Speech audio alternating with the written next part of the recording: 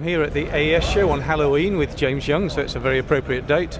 And he's going to tell us all about Aston Microphones. It's a new company, a new brand, but there's a lot of clever technology gone into it, I believe, so do divulge. Yeah, well, the biggest thing, I think the thing that we're most proud of is it's the first UK manufactured mic brand and the only one that's out there, which is maybe in some ways strange because the UK is such a formative market for the music industry, and a microphone is really the heart of your recording studio. It's the first point of entry for anything analog, so we're very proud about having managed to produce these in the UK and very competitively as well. But Aston Microphones is a brand that we started putting together at the beginning of this year. We're shipping first products out next week. There are 2 microphones initially in the range. This one, the Aston Spirit, and a smaller single pattern version, the Aston Origin, which is coming out next week as well. And then we follow up in a couple of months' time with some portable vocal booth products as well. So yeah, it's an interesting time for us. So it looks distinctive. What kind of R&D went into designing the thing? When we sat down and talked about putting this brand together, one of the things that we realised is that, I mean, quite aside from the fact that there's a lot of competition, there's a lot of mic brands on the market, most of the small brands, and even some of the big ones, start life as OEM brands from the Far East. And so there's a lot of boutique brands out there that share the same components, the same similar chassis, and they kind of reface them and hot rod them. And we wanted to do something unique and from the ground up. So we literally started with nothing and built this mic from the ground up. And as a result, we were able to put all sorts of innovations in there. They clearly look quite different. A big part of that is the mesh head, and that's one of the areas of innovation. We realised that there are a couple of problems with mesh heads. One is that you actually need another pop filter to go with them to make them work properly in almost every case.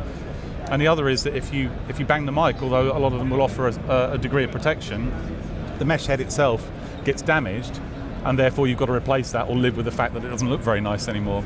This is a waveform stainless steel spring, and so it's actually got some movement in it, and if you bang the mic really hard, it'll deform elastically and you can push it back into shape so it doesn't look like it's taken a knock at all, and it protects the capsule better as a result.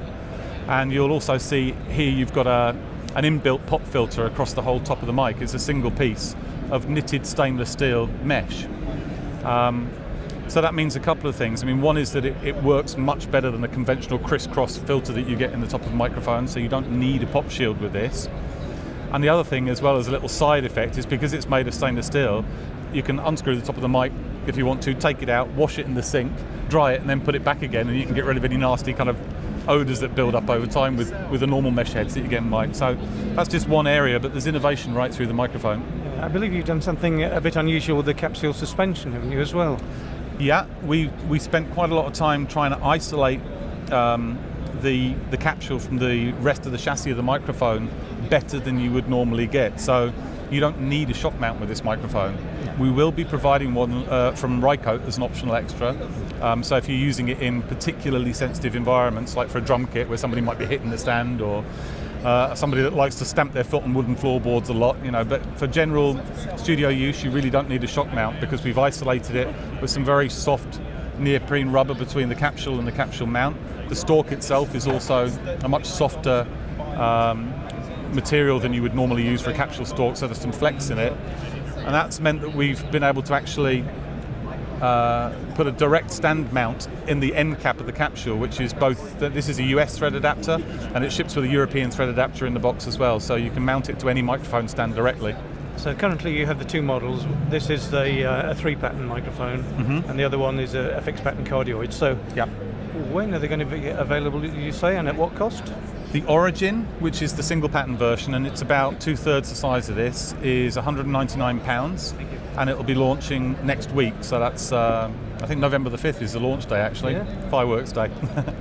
And then this one, the Spirit, which is the multipolar mic, and they're not the same microphone. It's not like a bigger version. This has got a different capsule, different electronics. It's got WIMA capacitors, the whole thing. So it's quite a step up as well in terms of performance. That's going to be $299. And that launches on the 20th of November. Okay. Just one final question. Is this a transformer output or is it a solid state output? This one is a transformer output. Okay. Yeah. And the cardioid and the cardioid one is a solid state. Okay. Yeah. That's great. Exactly. So they are different mics from the ground up. Even things like the chassis, we've engraved the detail on there, and the finish on it, there's no paint on this microphone, so this finish that you see on here is we've taken a stainless steel chassis and tumbled it for 4 hours to get that lovely finish on it. So everything's got a handcrafted quality about it. So with any new microphone, obviously you have to voice it in a way that people like, because there are a lot of microphones out there. It's a competitive world. So how did you set about voicing this? Well, again, because we wanted to do something from the ground up, we had the opportunity to work in a different way, I think, to what most microphone companies do, which is redevelop something that's already existing technology. So we worked with 33, actually it happened to be in the end, but 33 of the top producers, engineers and artists in the UK. A couple of people from overseas as well, but mainly UK people. So we worked with these producers and engineers and artists as a kind of a development panel. They were our ears, effectively, on the project. So at each point, we would send them out blind listening files, they would listen to them, we would do a voting system where they would tell us which ones they liked, and then we'd be able to make decisions about how we progress the development of the PCB and the capsule from there. And the very last test we did, when we chose the final sound of the microphone, for each one we had 5 different versions. We had 5 male takes, 5 female takes for each. We put it out to the panel, and we also had competitor microphones in there as well.